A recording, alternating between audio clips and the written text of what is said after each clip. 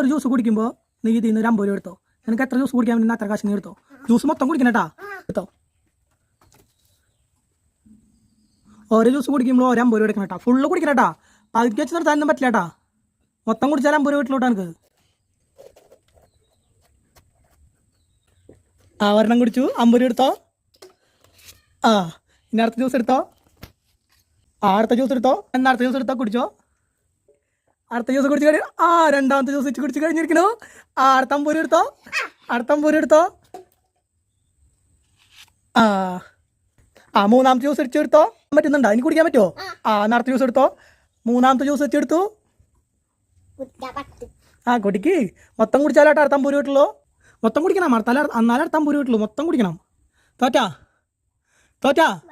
മതി. ഇച്ചിന് എത്ര കാശാ കിട്ടിയത്? 100 രൂപ കിട്ടി. 2 ജ്യൂസ് കുടിച്ചിട്ട് ഇച്ചിന് 100 രൂപ കിട്ടി. കുടിച്ചോ. കാശ് എനിക്ക് തിരിച്ചു തരണം. ഓക്കെ ആണോ?